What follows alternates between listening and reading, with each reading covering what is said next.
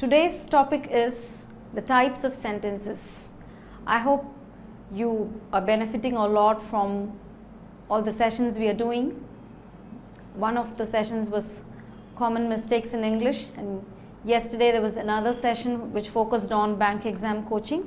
So today we start types of sentences. Before we go into the topic, I would like to ask you what a sentence is. So how will you define a sentence? What is a sentence?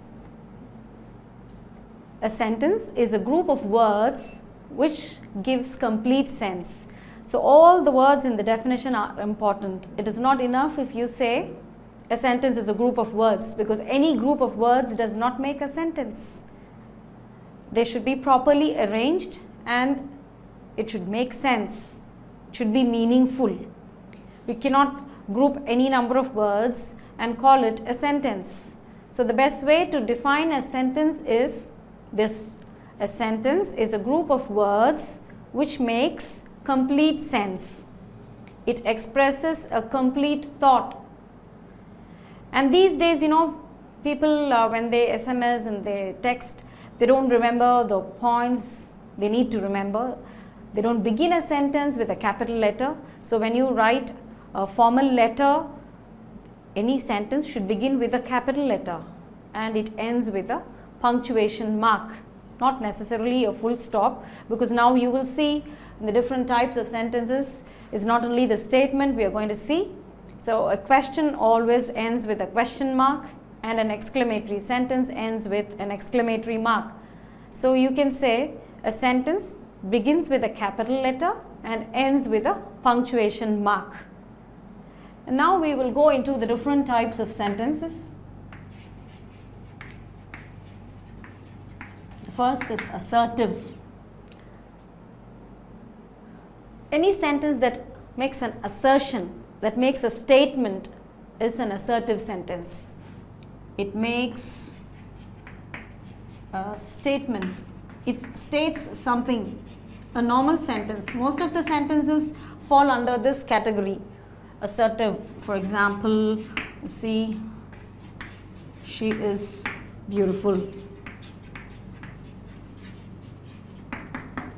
This is a statement. Now the next one is interrogative. The very word gives you a clue of what this sentence is. To interrogate means to question. So here any sentence that asks a question is an interrogative sentence. It asks a question. Again, a question may be of two types. It may be a WH questions or a yes or no question.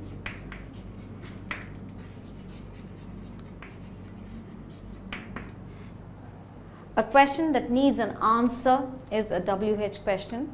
For example, what is your name? Where do you live? Why are you late? All these are WH questions. Also the words like how did you reach here? This is also a WH question. And what is a yes or no question? Any question for which the answer could be either yes or no. That is a yes or no question. Do you like coffee?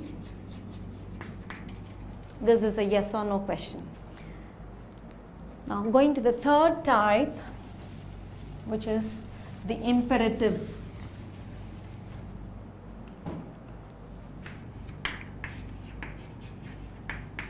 All requests, commands, suggestions, instructions, advice, all these come under imperative sentence. Command, any sentence that makes a command or a request, instruction, suggestion, advice. Remember, we learnt this in one session. It is advice, CE. is a noun. Hope you remember the difference between advise CE and advise SE. If you don't, please go back and watch the other video.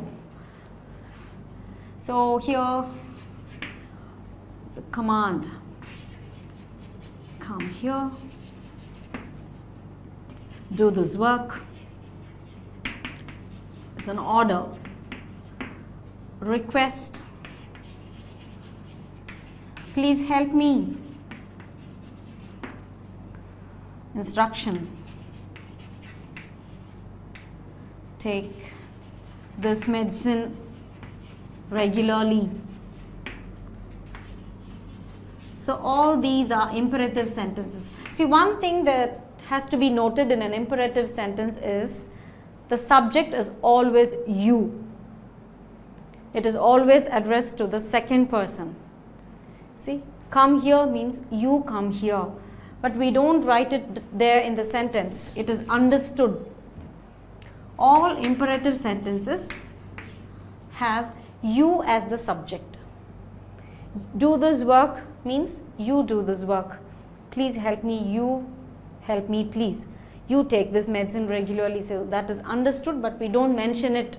So you have to know that all imperative sentences have you as the subject. The fourth type and the last one is the exclamatory. I want you to take down these and remember the spelling also. Any sentence that expresses strong feelings is an exclamatory sentence. When do we exclaim? In times of happiness, sorrow, or even surprise for that matter. Say how beautiful it is.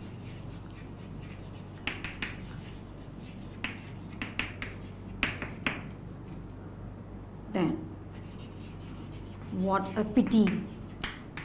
Something we exclaim when we express strong feelings. We construct the sentence this way, and this ends with this punctuation mark, the exclamatory mark. These are the four types of sentences. I hope you remember all the names: assertive, interrogative, imperative, and the exclamatory. Now we will also see another classification of assertive sentences. You see, once again you see assertive sentence can be divided into the affirmative and the negative. Affirmative is the positive sentence and the negative is the negative sentence. For example, it has negative words like no, not, never. If a sentence has words like these, then it is a negative sentence. Nobody, nothing, nowhere, even hardly. I hope you know the meaning of hardly. Hardly, hard and hardly are two different words. He works hard means he works hard. He does hard work. But if I say he works hardly, it means he never works. He doesn't work at all. So it's the opposite in meaning, right? So here if you say she sings is an affirmative sentence. She does not sing is a negative sentence. And to form a negative sentence, yesterday somebody raised the question about subject-verb agreement, and that is very important, especially when you form a negative sentence. For that you need to know the person. So let this be a kind of revision. First person, second person, third person, just mentioning it. First person singular is I, plural we, then second person. You have to be thorough with this. Unless you know this thoroughly, it's not possible to master the language. And if you want to form the negative sentence, like she plays, this is an affirmative sentence. And how do you form the negative sentence? The negative sentence of this is she does not play. And there is a rule how to form it. I want you to write this down in your notebook. Go, if you split, it is do plus go. Goes, does plus go. And the past tense went is did plus go. Now this is very, very important. Now apply this here. Plays, see, like goes, does plus go. So plays is does plus play. So if you want to form the negative sentence of she plays, you have to first split this plays into does plus play, and then you insert the word not in between the auxiliary verb and the main verb. The auxiliary verb is nothing but the helping verb. The auxiliary verb is the helping verb. There's no problem if the sentence has only one word as a verb, as like she is beautiful is it is a positive sentence, it is an affirmative sentence, she is beautiful. And the negative sentence of she is beautiful is she is not beautiful. There you don't have any confusion, just add the word not, make it negative. But in a sentence like this, we cannot say she plays not, though we may find that usage in poetry. In prose, this is how you are supposed to do. Split the verb and then insert the word not into, in between the helping verb and the main verb. And then you can think of other sentences where the verb consists of more than one word, like she has come. It's the present perfect tense. Again, the negative is she has not come. The same rule, this is the helping verb or the auxiliary verb. This is the main verb. And as I said earlier, you insert the word not in between these two and make it negative. It's the simplest of all. And if you have the past tense in a sentence, I knew the answer. It is an affirmative sentence. And how do you split this? Did plus no, because it is past tense. The knew is the past tense of know. So you split it this way, did plus know. And how do you form the negative sentence? I did not know the answer. Now, is that clear? And for all the other tenses, the same way.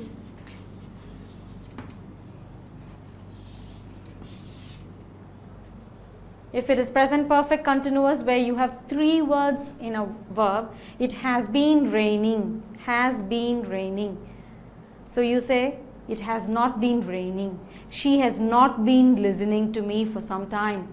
So it is there you insert the word not and make it negative.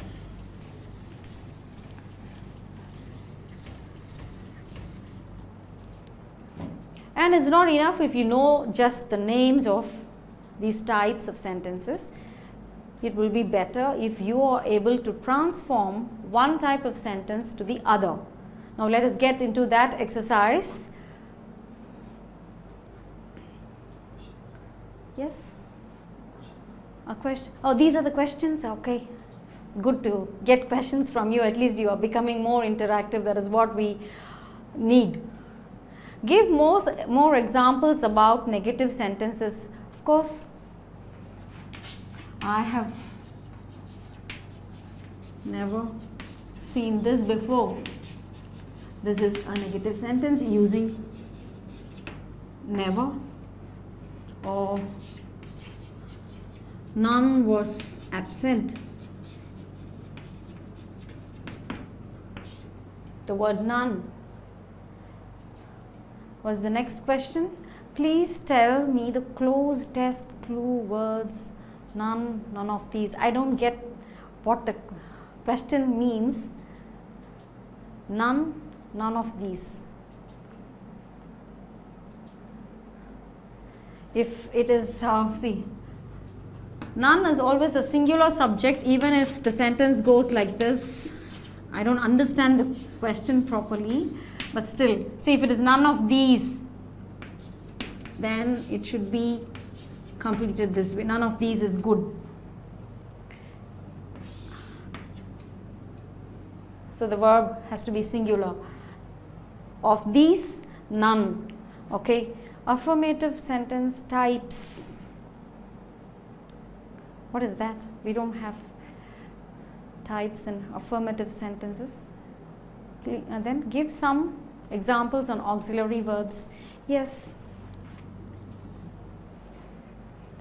Sometimes the same verb can function as a main verb and as a helping verb. For example, yes, you see, it is hot.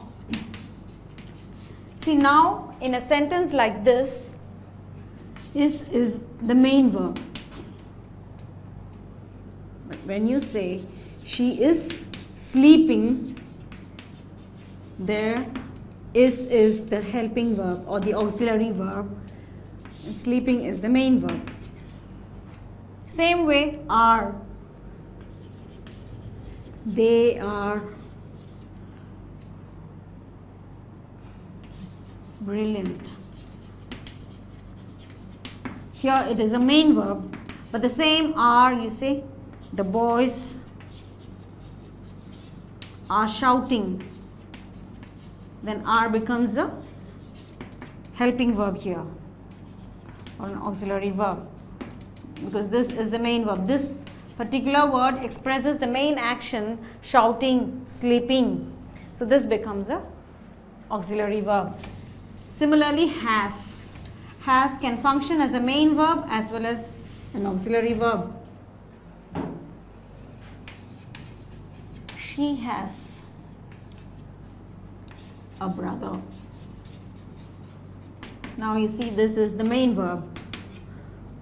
But when I say she has done her work, there has becomes the auxiliary verb. Why? Because done is the main verb. Right? Same way, we use have for plural subject. We have a new car. Have is the main verb, but they have left. Have is the auxiliary verb. This is the main verb. Or even like some other tense. They have been waiting here for long. Right? So again, this is the auxiliary verb. Have been. Waiting is the main verb. Do we have any more questions?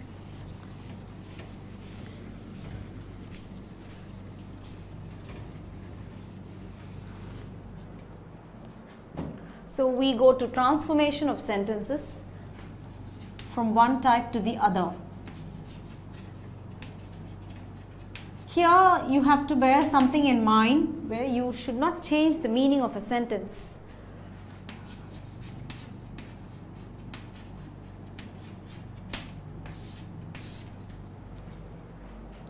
From, we can take like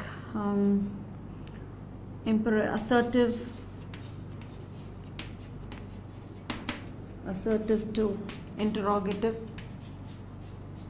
So not all sentences can be transformed, but there are a few sentences assertive.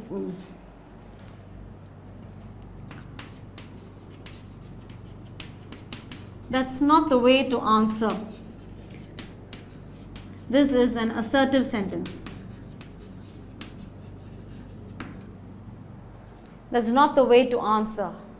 Now you have to bring out the same meaning in a different structure, in a different type, which is a question. It should be a question, it should be an interrogative sentence, but the same meaning should be expressed. Now think of any other way to express this sentence as an interrogative sentence. That's not the way to answer.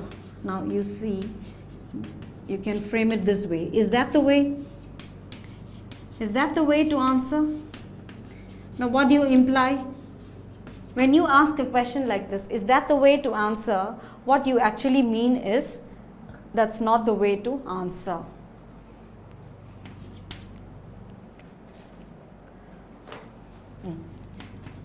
No one can be expected to follow these rules. Now what do we mean when we say that sentence? No one can be expected to follow these rules. If you are going to ask that as a question, we have to start it like this. Can anyone? Bring this auxiliary verb here. Can anyone? See, this no one becomes anyone in a question. Can anyone be expected to follow these rules? The rest of the sentence is the same. Can anyone be expected to follow these rules? When somebody asks a question like that, it's rhetoric. What does it mean? Nobody can be expected to follow these rules. Instead of saying it as a statement, we make it more effective when we ask it as a question. See, there should be some use, no, in asking a question. So the question becomes more effective in such a situation instead of simply stating it as a statement. Then interrogative to assertive. Just the reverse. We'll see some more models. The purpose of learning all this is just to make your speeches or your writing more powerful and more effective. Your communication becomes effective. Now here is another question. When will he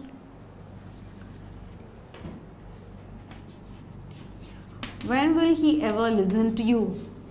So what do we mean when we ask this question? When will he ever listen to you? So we know very well that he will not listen to you. That is what we mean to say, but instead of making it a blunt, abrupt way of stating it, we just ask it as a question. When will he ever listen to you? So that when it becomes an assertive sentence, it should be, he will never listen to you. Now you see, this ever becomes never.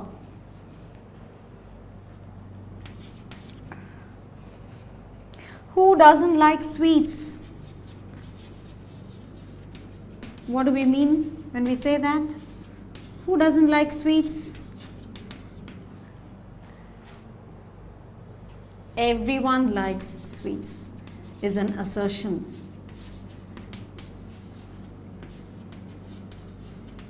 Whatever your mother tongue is, you can think of similar sentences in your own mother tongue, then things may become clearer to you. Sometimes we express things this way.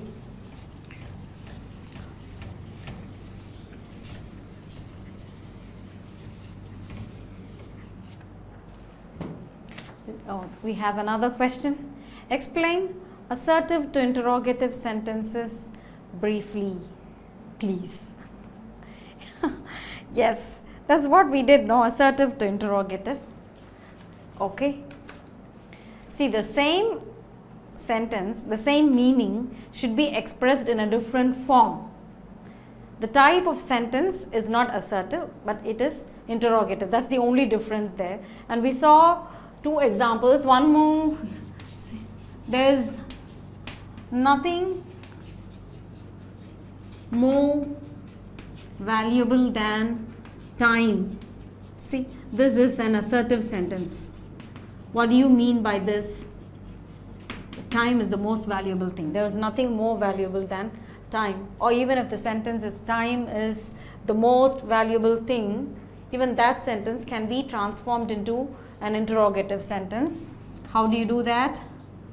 Again, ask a question, an effective question. Is there anything more valuable than time? No.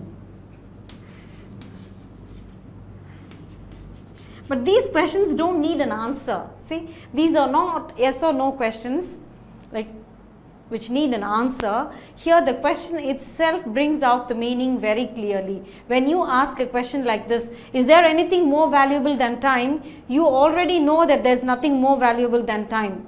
But that's a way of saying it. Okay. Can you and we have another question, right? It's good to get more questions from your side, which means you're listening. Can you explain where we should use can, could, may and might? Of course, that is a different chapter. Models. I think we can have that in a separate session, but still there's no harm in just touching upon that. See, can, could, may, might. Can and may are used to express possibility, sometimes permission, sometimes ability. If I say she can speak French, there it means ability, her ability to speak a language. Then can I leave the room now? There it's asking for permission. May expresses possibility or probability, and might is the past tense of may.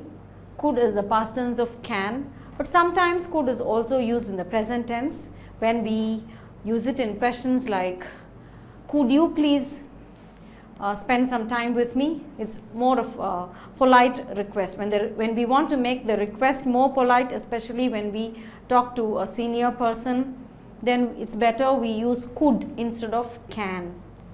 Could you please help me? Could you please lend me your book? These days nobody asks for books, I think. Could you please lend me your bike? So in a separate session, we will focus on all the modals. Not only these, we have will, would, shall, should, must, then ought to. All those things we will discuss separately. We have any other questions before we pass on to the next? Okay. Under transformation, we have exclamatory to assertive.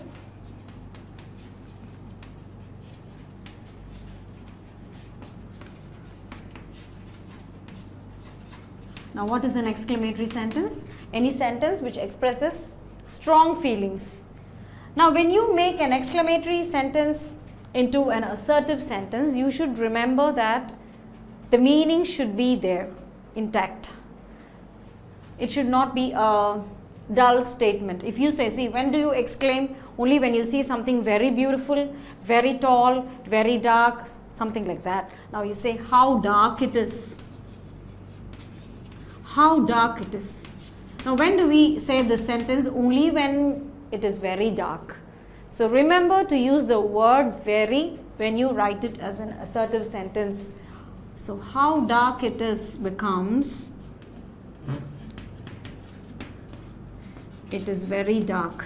So it's not enough if you say simply it is dark. It is dark does not bring out the meaning of this exclamatory sentence. It is dark is a slight way of saying it. But when you say it is very dark, it is there is a chance for you to exclaim. Same way, how unbelievable. See how unbelievable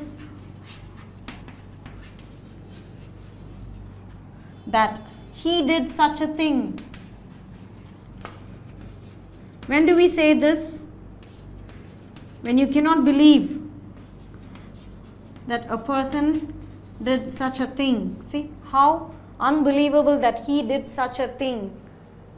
You are not able to believe your own eyes that a person like him was able to do a thing like that. So when you change this sentence from exclamatory to assertive, it's better you begin the sentence like this. It is hard to believe. Or you see, it becomes an assertive sentence. It is hard to believe that the rest of the sentence the same, that he did such a thing. Or it is completely unbelievable. I cannot believe my own eyes. It is surprising that he did such a thing. Then imperative to interrogative.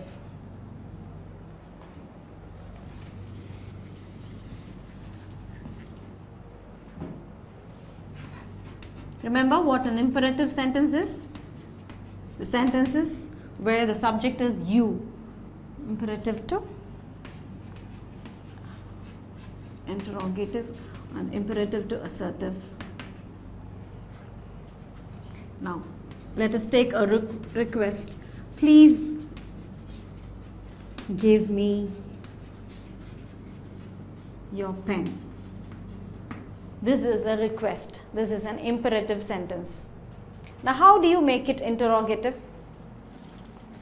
How can you bring out the same meaning in the form of a question? You can begin it this way. Can you please?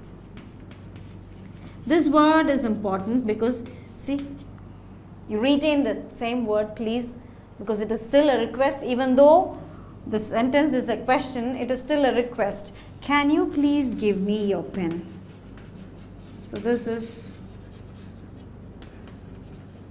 an interrogative sentence. Now the same sentence, if you think of writing it as an assertive sentence, what should you do?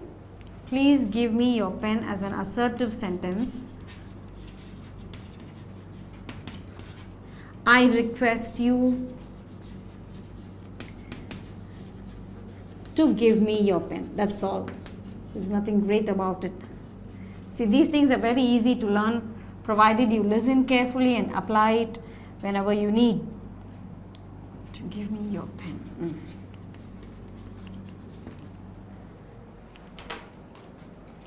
Okay.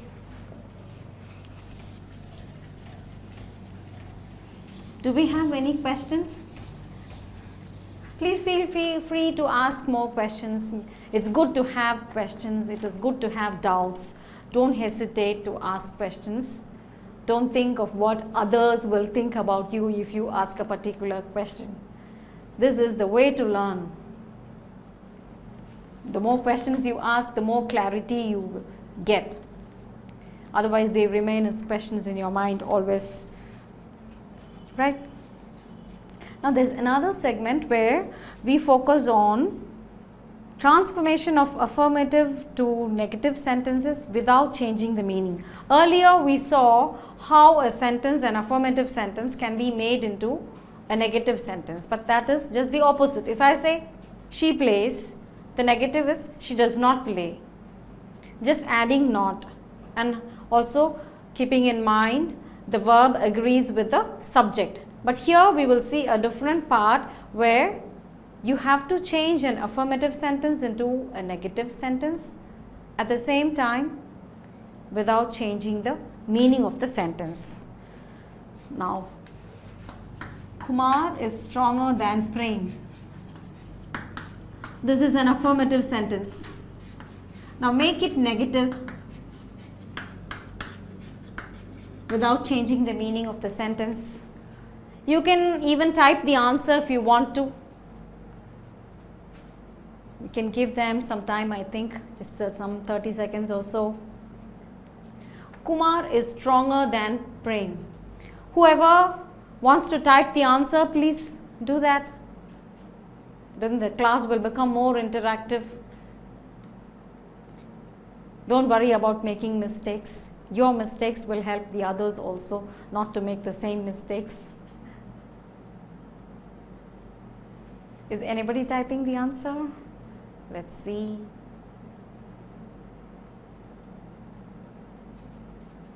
Okay.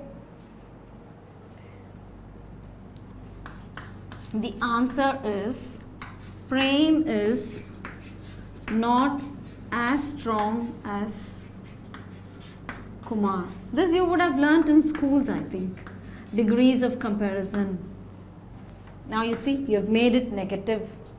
This is affirmative. Has anyone typed the right answer? Good. How many? No. Good that you are responding.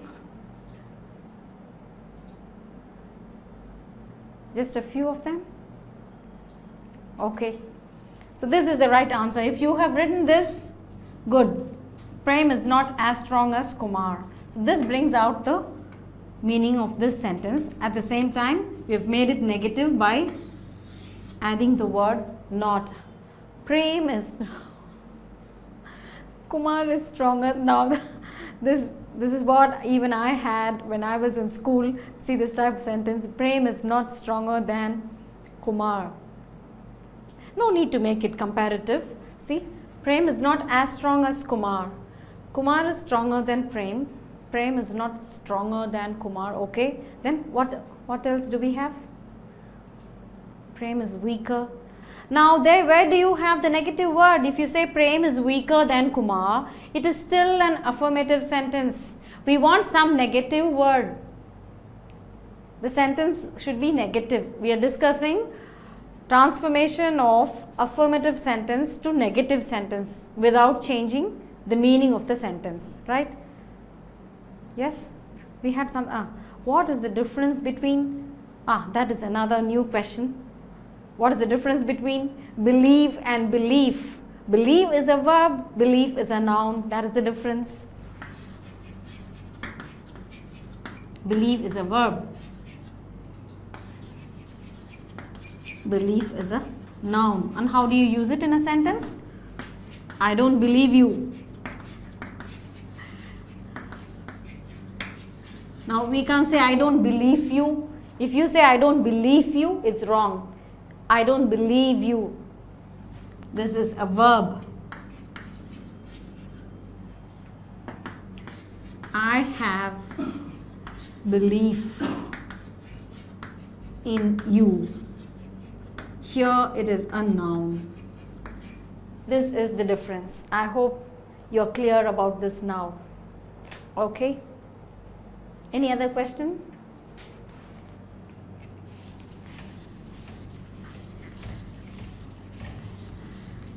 It would be better if you take down all this in your notebook. I hope you're doing it.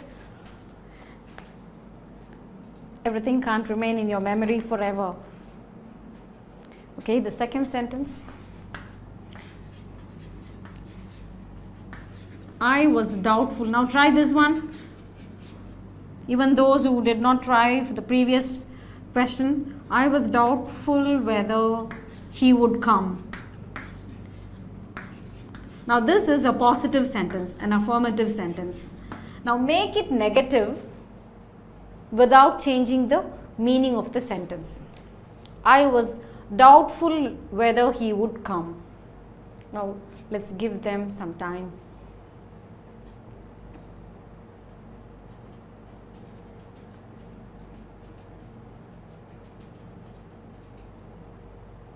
You can think of the opposite of doubtful and then add a negative word to that. I'm giving you a clue.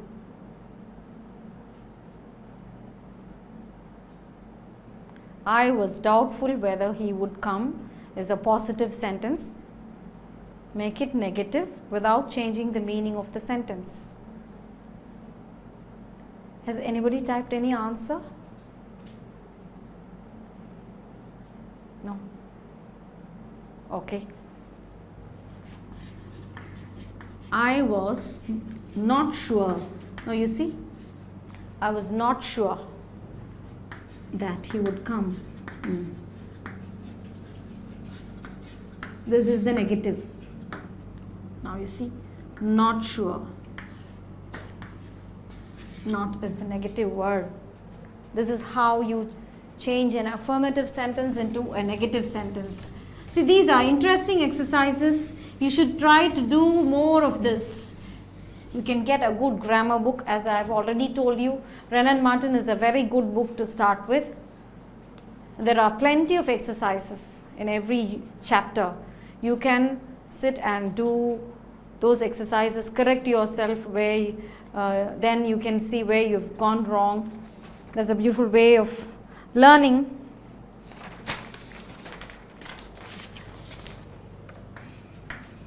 Everybody will admit that he is a wise man. I hope some of you will answer this at least. Everybody will admit that he is a wise man. Now this is a positive sentence, an affirmative sentence. Make it negative. Quick. Let's see. Only if you write the answers, then I can be sure that you are listening, you are learning. Don't worry about making mistakes. That's okay.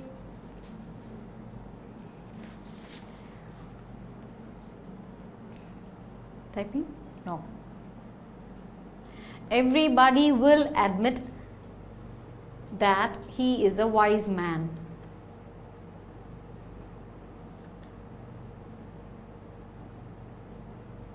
Just try.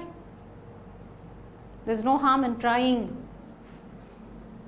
It is better to try than not to try at all.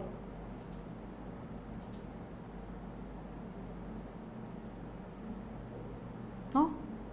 Okay. Nobody will deny. Now the opposite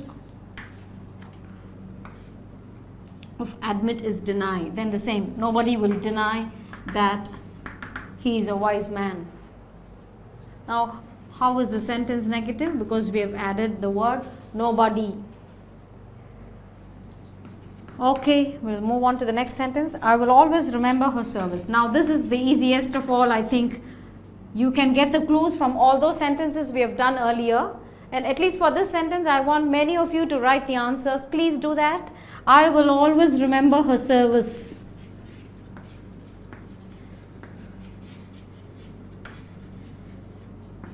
I will always remember her service. Let's see if anybody attempts.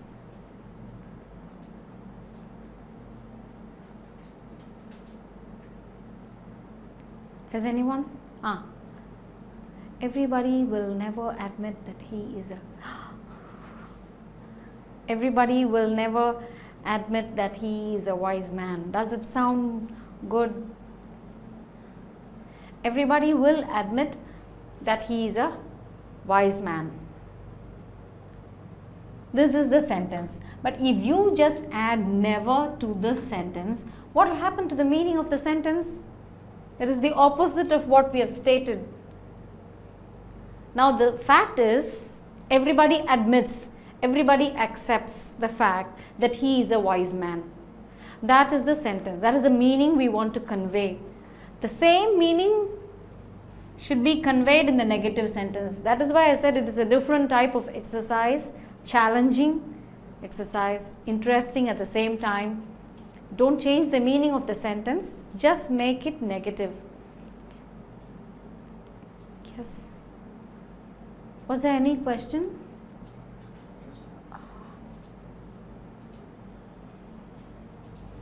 Now, are you trying the answer for this one? I will always remember her service.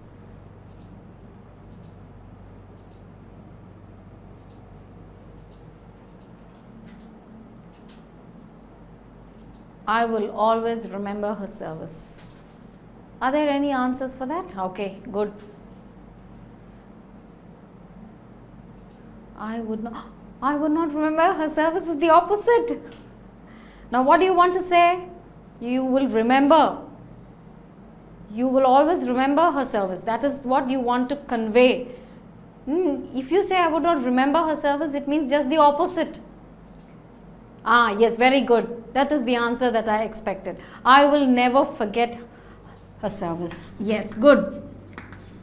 Yes. I will never forget her service. This is the right answer. Yes, never. See, remember, no, forget. Now it becomes negative. At the same time, the meaning is intact. We have one more sentence. This is all I have. I hope that's an easy one. This is all. We have any other? I don't forgot his service. Is the sentence correct? See, it should be. I don't change forgot to forget. I don't forget her service. Okay, but if you want to bring out the meaning fully, see, instead of don't, if you write I won't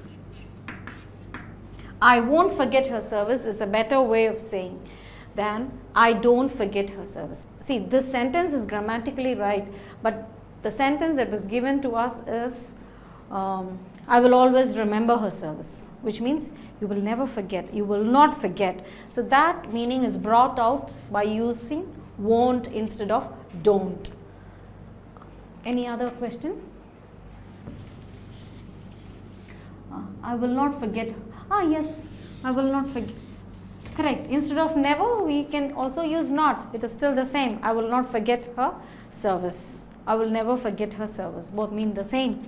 Okay.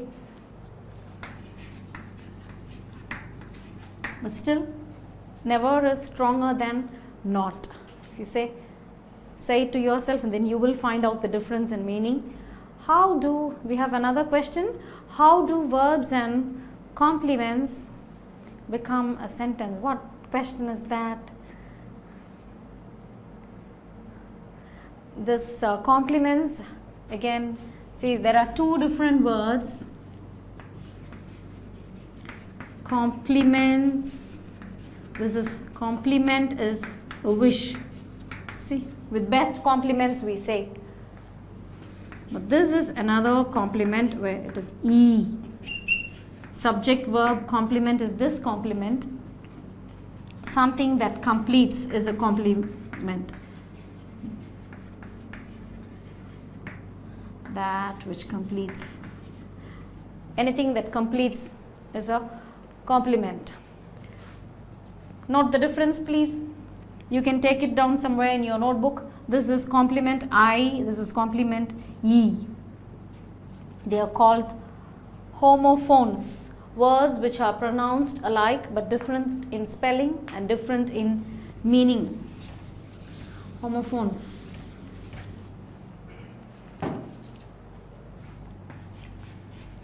This is all I have. This is the last one.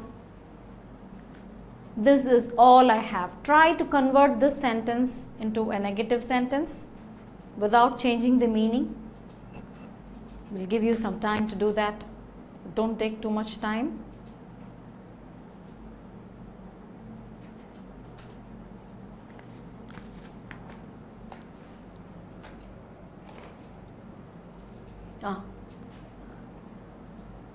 What is it? Can you, we have another question. Can you tell me what is the difference between don't, does not? Yes, it has to do with the subject. Both are in the simple present tense. I don't listen to him. She doesn't listen to him. See, the tense is the same, Don't and doesn't both are in the simple present tense. But when do we use don't? For the first person singular, first person plural, I, we, second person singular and plural, and third person plural, they. For all these words we use don't. I don't listen to him. We don't listen to him. You don't listen to him. They don't listen to him. So when the subject is I, we, you or they, we use don't. When the subject is third person singular, which is he, she, it, we use doesn't. He doesn't listen to him. She doesn't listen to him. Right? Any other question?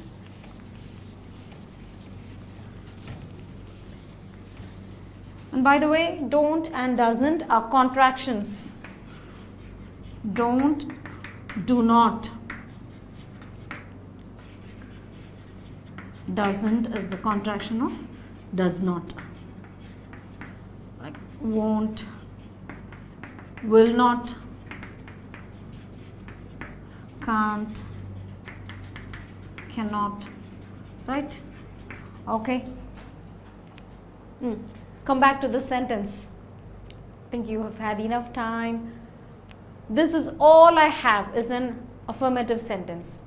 Now when you make it negative, we have an answer. These are all I don't have. Then you see you have changed the meaning entirely. Now we want to say this is all I have. Now we can't say this is all I don't have. This is the opposite. Think of another way of expressing it, making it negative, at the same time not changing the meaning of the sentence. This is all I have. It can be books, it can be money, anything. This is all I have. How can you express it in a negative way? See, I don't have anything more than this. Is that clear? Now you see, this brings out the meaning clearly. At the same time, it is negative. I don't have anything more than this. Now when you say I don't have anything more than this, it clearly means this is all I have. Right? Any other questions? I have everything for that. No, I'm sorry. That is not the way to say it. That's okay, but feel free to type your answers or questions. So when we say types of sentences, this is what we mean. All the 4 types: assertive, interrogative, imperative and exclamatory. And assertive we divided once again into affirmative and negative. Have you heard of simple, compound and complex sentences? That's a big topic, but I think we have enough time to just mention about them. Simple, compound, complex sentences is another beautiful topic. We'll just give you an example, then I can arouse your curiosity. You can go back and learn more, or we'll have a separate session on that. If I say simple sentence, any sentence that has one verb is a simple sentence. That is the definition of a simple sentence. A sentence, any sentence which has only one verb is a simple sentence. See, she is pretty. One verb. We did the work.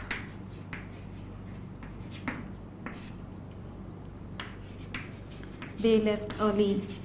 All these sentences, you see, only one verb. There are sentences or longer sentences where you will find more than a verb. Of those sentences, again, there are compound sentences and complex sentences. I'll give you an example. A compound sentence has only main clauses.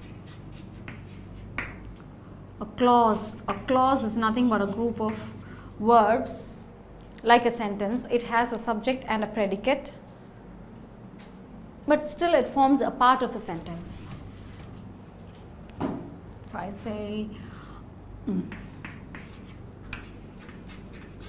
he ran fast but missed the bus. Now here you see there are more than, there are two words, ran and missed, and you have to divide the sentence in such a way that each clause has one verb. He ran fast, we call it a main clause, which means a main clause is nothing but a sentence which can stand on its own. It is not dependent on any other part of the sentence. It can stand on its own. We can also call it an independent clause or a principal clause. A principal clause or an independent clause. Now, here the subject he is understood. He ran fast but he missed the bus. So this is another clause. He missed the bus. This is main clause number 2. This is main clause number 1. Now both these clauses are connected by the word conjunction, by the word but, which is a conjunction. So this is a compound sentence. A compound sentence it has only main clauses, whereas a complex sentence has subordinate clauses also. We have another question. Tell me the negative sentence for this. I practice the violin every morning. Practice SE, should use SE. That's a beautiful question. I practice the violin every morning. Did you think of the answer? I practice the violin every morning. Now remember, you have to make it negative at the same time, not change the meaning. Not a single day passes. Not a single day passes without me practicing the violin. This is a negative sentence. Now you see the same meaning is brought out. At the same time the sentence is made negative. Double negatives. We call it the double negative. When there are two negatives, then the meaning is positive. Every morning you practice the violin. If I say not a single day passes without me practicing the violin, it means every day I practice the violin. Is that clear? Okay. I think we have another question. You told me one book. Yes. That is High School Grammar and Composition by the authors Wren and Martin. I always recommend that book. It is simple, at the same time very, very useful for a beginner. Starts from the basics. See, this is the name of the book. High School English Grammar and Composition.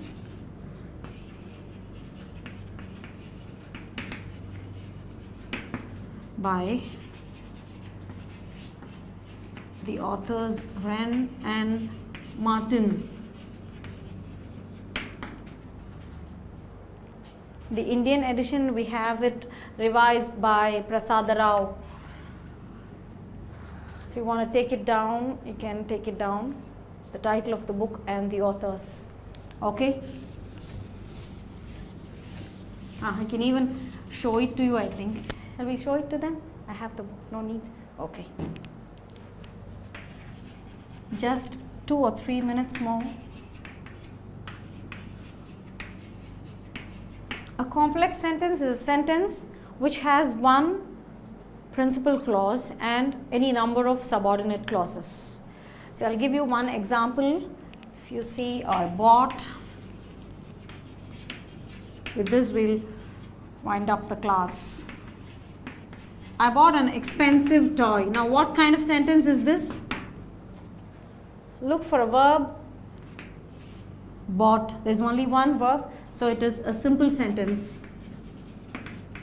Now, if you want to make the same sentence a compound sentence, how do you do that? Remember, a compound sentence should have only principal clauses or main clauses. It should have definitely more than one verb. I bought a toy.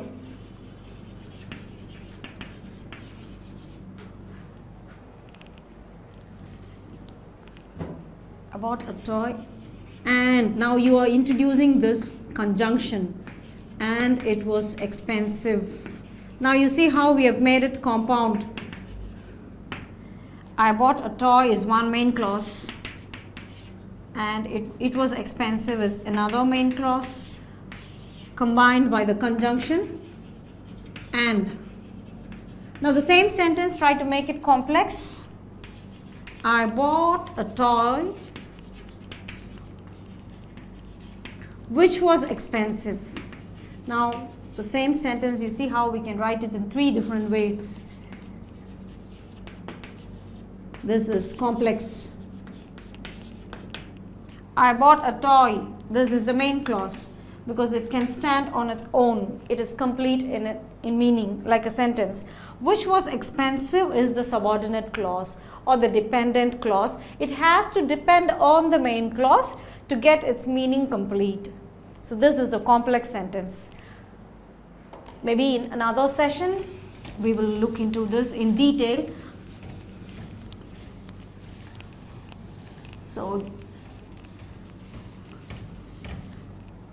So we have come to the end of the session. I hope you would have learned something very useful. And it's not enough if you stop there. Go get a good grammar book, do all the exercises, and attend all the live sessions. As I said yesterday, visit the site, register yourself there, and attend all the sessions. And I want you to benefit from the sessions and try to make it as interactive as possible. Today it was better. You came out with answers and good questions also we had. See, because one person asks a particular question, you see how it is useful for so many others who want to ask the same question, but out of fear or out of hesitation or out of shyness, you don't ask. Someone who asks the question helps so many people. Even if you give the wrong answer, again, that's a chance for you to learn, to correct the mistakes so that you don't make the same mistakes again later on. Okay, thank you. See you in the next session. Bye.